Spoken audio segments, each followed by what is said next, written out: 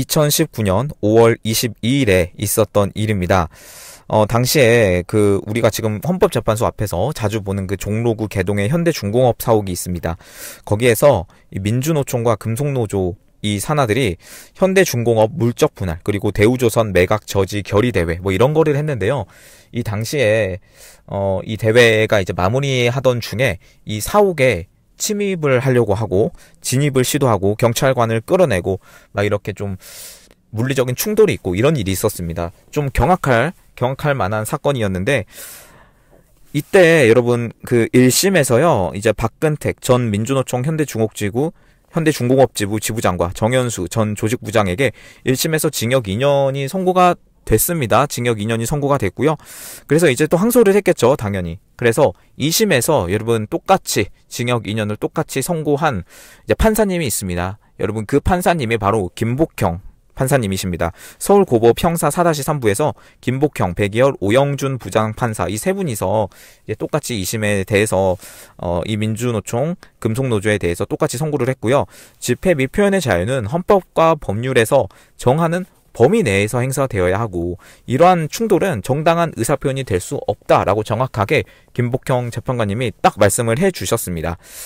네, 피고인들의 항소를 모두 기각하고 정도가 심하고 경찰의 피해가 가볍지 않다, 피고인들의 항소를 모두 기각한다, 이렇게 이제 김복형 판사님께서 전에 있었던 사례지만요, 여러분 지금 보면 또 와닿는 게 좀 있습니다. 여러분 왜냐하면 이때는요 지금처럼 이제 민노총이 지금도 이렇게 악명 높은 그런 집단이긴 하지만요, 여러분 그때는 더 심했습니다. 아시죠? 그때 또 이제 정권이 다른 시기였고, 말 그대로 어떻게 보면 지금은 우리 윤석열 대통령님이 회계 공시를 해놨어요. 민노총에 대한 회계 공시까지 해놨기 때문에 이들이 투쟁보다는 좀 실리를 추구하는 그런 면도 생겼습니다. 일부에서. 그래서 조선업 같은 경우는 민노총을 탈퇴하려고 하는 움직임도 있고, 그렇기 때문에 물론 당연히 아직 아니죠. 완전한 건 아니지만 여러분 저 때는 더 심했다는 거죠. 여러분 그 상황에서 김복형 재판관님이 어떻게 보면 굉장히 강단 있게 좀 결단으로 똑같이 이렇게 정확하게 판결을 해주셨습니다. 그렇기 때문에 우리 김복형 헌법재판관님은 그 후보자 때도 인사청문회를 하죠. 이때도 탄핵은 정치적으로 악용돼서는 안 된다라고 정확하게 딱 이렇게 말씀해 주신 후보자예요. 그렇기 때문에 여러분 제가 이 사례를 가져온 이유는 여러분 응원하고 싶습니다. 솔직히 말씀드리면 이 김복형 후보자뿐만 아니라 후보자가 아니라 김복형 재판관뿐만 아니라 정영식 재판관, 그리고 조한창 재판관, 김영두 재판관까지 정말 응원을 하고 싶습니다. 왜 그러냐면 여러분 우리가 그제 있었던 일입니다. 정말 충격적인 일이었는데, 이재명이 2심에서 일부 감형된 것도 아니고 무죄를 받았다는 거, 여러분 정말 충격적인 일입니다. 여러분 보시면 이제는 더 이상 법리 싸움이 아니다라는 생각이 들어요. 뭐 이제는이 아니죠. 뭐 진짜 그랬기 때문에 여러분 이제 법리 싸움이 아닙니다. 이제 판사 싸움이기 때문에 과연 우리가 이렇게 법리를 주장하고 이렇게 하는 게 저는 맞는지 모르겠어요. 그리고 우리가 볼 때는 우리 윤석열 대통령님의 탄핵 선고, 그게 가장 중요하죠. 탄핵 심판에 대한 선고가 물론 아직 날짜가 안 잡혔고 4월로 미뤄질 것으로 예상이 됩니다만, 여러분 이 상황에서 법리적으로 물론 우리가 볼 때는 완벽해요. 다 박살났어요, 그들의 논리가. 근데 과연 법리만 가지고 이렇게 따지는 게 맞는가? 지금 그런 생각이 든다는 거예요. 지난 무죄 사건의 그 사례를 볼 때 여러분 김복형 재판관님이 탄핵은 정치적으로 악용돼서는 안 된다라고 이렇게 인사청문회에서 딱 정확하게 말씀을 해주셨는데, 우리가 지금 해야 될 거 많이 있죠. 우리는 지금요 저들이 원하는 거에 반대로 하면 됩니다. 여러분 우리가 어떻게 하길 원하냐면요, 우리가 이런 애국자들이 지치기를 원해요. 정말 지치고 낙담하고 비관주의에 빠지고, 그래서 목소리 안 내는 거를 원합니다. 여러분 그 반대로 하시면 됩니다. 그리고 우리가 할 건요, 계속해서 목소리 내고요, 이런 헌법재판관들 계속해서 압박하고 응원을 해야 됩니다. 또 응원할 사람들은, 이런 김복형 재판관 같은 분들은 지금 헌재 3인이 그나마 여러분 그나마 이제 조한창, 정형식, 김복형 재판관들 계속해서 기각 의견을 고수하도록 지속적인 여론을 좀 형성을 우리가 좀 할 필요가 있고요. 지금 저는 윤석열 대통령님이 관저에서 이제 공수처 쪽으로 자진 출석하실 때도 안타깝지만 이 나라의 법은 이미 무너졌습니다라고 하신 그 부분이 좀 많이 와닿아요. 요즘에는. 네, 좀 많이 와닿습니다. 여러분은 어떻게 생각하시나요? 그때가요, 이제 뭐 2달 정도 지난 때지만 여러분 그때 하신 말씀이 지금 우리는 깨닫지만, 지금 이재명 2심 무죄로 깨닫지만 너무나 와닿는 말씀이라는 거죠. 네. 그래서 여러분 지금 헌법재판관들이 계속해서 기각 의견을 낼 수 있도록 계속해서 우리가 목소리를 내야 된다고 생각합니다. 지금은 체제의 문제지, 이거는 법리의 문제 또는 법치의 문제는 좀 지난 것 같습니다. 여러분들. 여러분들도 그렇게 생각하실 거라고 생각합니다. 그리고 계속 지금 안 좋은 소식이나 6명이 인용을 하고 지금 2명이 기각인데 6명이 지금 그 2명을 설득하려고 하고 있다. 만장일치를 하기 위해서 이런 뉴스도 나오고요. 여러분 근데 100% 믿지는 않습니다. 100% 믿지는 않습니다만 우리가 그런 거에 있어서 지치고 계속해서 목소리를 안 낸다면 그게 가장 저들이 원하는 겁니다. 여러분 이거를 기억하시고 활동을 계속해서 이어나갔으면 좋겠고요.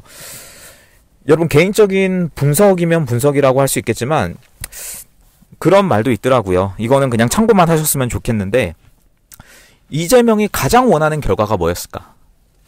무죄였을까? 여러분 어떻게 생각하시나요? 이재명이 가장 원하는 결과는요, 무죄가 아니었습니다. 여러분 그냥 형량이 100만 원 미만으로 줄어드는 걸 가장 원했습니다. 이건 대법원에 가서도 어쩔 수가 없어요. 이거 제도적으로 법적으로 어쩔 수가 없습니다. 물론 파기 재판이라는 것에 대해서 여러분 확률이 적습니다. 적다는 거는 인지하고 가야 됩니다. 이게 안 된다고 해서 또 너무나 실망하고 또 이렇게 비관하고 그러시면 안 되기 때문에 미리 확률이 적다는 걸 말씀을 드리고, 그래서 이거를 국민의힘 측에서 더 이렇게 압박을 넣어줘야 된다는 거죠. 그리고 우리도 마찬가지로 여러분 파기 재판에 대한 그 확률은 적지만 가능성이 없는 건 아니기 때문에 우리가 계속해서 목소리를 내야 되는데, 여러분 지금 이재명이 가장 원했던 건요, 무죄가 아니라 100만 원 미만이었어요. 그렇게 되면요 파기 재판 이런 거 할 수조차 없습니다. 여러분 그냥 그대로 확정되는 거예요. 근데 무죄가 나왔기 때문에 여러분 그나마 정말 실낱 같은 희망이지만 이게 대법원에서도 뒤집힐 수 있다라는 그런 거고요. 이렇게 된다면 우리가 기존에 이제 선거법을 지금 이게 6개월 걸릴 거를 2년 2개월까지 끌었거든요. 정말 시간 끌기의 대가입니다. 이재명 같은 경우는. 근데 이런 그게 아니라 만약 우리가 원하는 그 대법원식에서 그런 파기 재판이나 이런 게 이루어지면요, 2개월 안에도 2, 3개월 안에도 정말 조희대 대법원장이 주도를 한다면요, 가능하지 않은 이야기는 아니에요. 확률은 적지만. 네, 여러분 그래서 이 상황을 알고 가시면 좋을 것 같고요. 그래서 여러분 이재명이 가장 원하는 결과는 안 나왔다라고 제가 말씀을 드렸습니다. 그러면 어떠느냐? 지금 헌법재판관들이 이 이재명의 2심 무죄에 대한 결과를 봤을 거란 말이죠. 그러면 여러분 한번 가정을 해보겠습니다. 이재명도 무죄가 나오고 만약 탄핵이 인용이 됐다. 그럴 일은 없지만 여러분 그러면 어떻게 되겠습니까? 난리 나죠. 난리 납니다. 이재명 무죄 나오고 인용이 나오면 난리 납니다. 그럼 반대로 한번 생각해 볼게요. 이재명이 여기서 2심에서 진짜 100만 원 이상 두드려 맞고 당선 무효형되고 피선거권 박탈되고, 예를 들어 진짜 좀 확률 적은 이야기지만 진짜 구속이 됐어요. 법정 구속이 됐어요. 그 상황에서 빠른 시일 내에 윤석열 대통령님의 탄핵 선고가 기각이나 각하가 나왔어요. 여러분 그건 또 어떻게 되실 것 같아요? 그것도 난리 납니다, 여러분. 그것도 난리 나는 거예요. 그렇지 않습니까? 우리 입장에선 당연히 너무 좋죠. 최상의 결과죠. 최상의 베스트 시나리오인데, 여러분 만약 그렇게 됐을 시에 저쪽에서 어떤 여론을 만들고 어떤 일을 벌일지 여러분 상상되십니까? 저는 상상 이상이라고 생각합니다. 여러분 이 상황에서요, 여러분 객관적으로 들으세요. 객관적으로 들으세요. 이 상황에서 만약에 이재명이 무죄가 나오고, 지금 이재명은요 무죄가 나왔기 때문에 이거는 항소를 할 수가 없어요. 여러분 항소를 해서 더 이상 시간 끌고 이럴 게 없어요. 무죄가 나왔기 때문에. 이 상황에서 이재명은 시간이 약간 생겼습니다. 이거는 팩트예요. 이거는 팩트인데 그 상황에서 만약 지금 3심에서도 손도 쓰지 못하게 만약 100만 원 이상의 다시 한번 선고가 나오거나 이렇게 되면요. 오히려 저는 우리 윤석열 대통령님에 대한 기각이나 각하가 나올 수 있는 그런 분위기를 좀 길이 살짝 튀었지 않나. 저는 그런 쪽으로는 생각은 합니다. 물론 여러분 이건 좀 희망적인 이야기입니다. 희망적인 이야기고요. 그럴 가능성이 있다는 겁니다. 제가 말씀드렸지만 확률은요. 파기 자판에 대한 확률은 적어요. 이거는 가져가셔야 되고요. 여러분 너무 희망으로 돌릴 필요도 없고요. 말씀드렸다시피 너무 비관해로 돌릴 필요도 없어요. 두 개 다 여러분 저희한테 좋지 않습니다. 항상 균형을 가지고 가야 될 필요가 있고요. 국제적인 좀 시각을 가지고 갈 필요가 있습니다.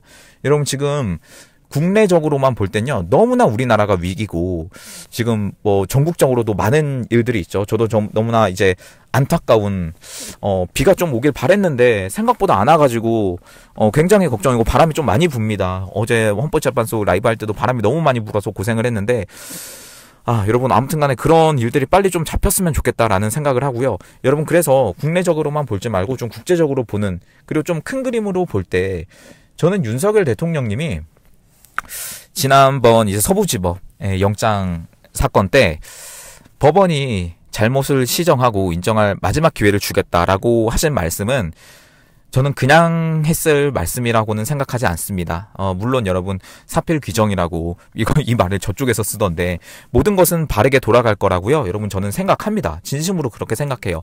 그러나 여러분 그렇게 될 건데 이 과정이 너무 힘들 수는 있다는 거죠. 여러분 그거는 인지하시고 우리가 백전백승할 싸움은 아닙니다.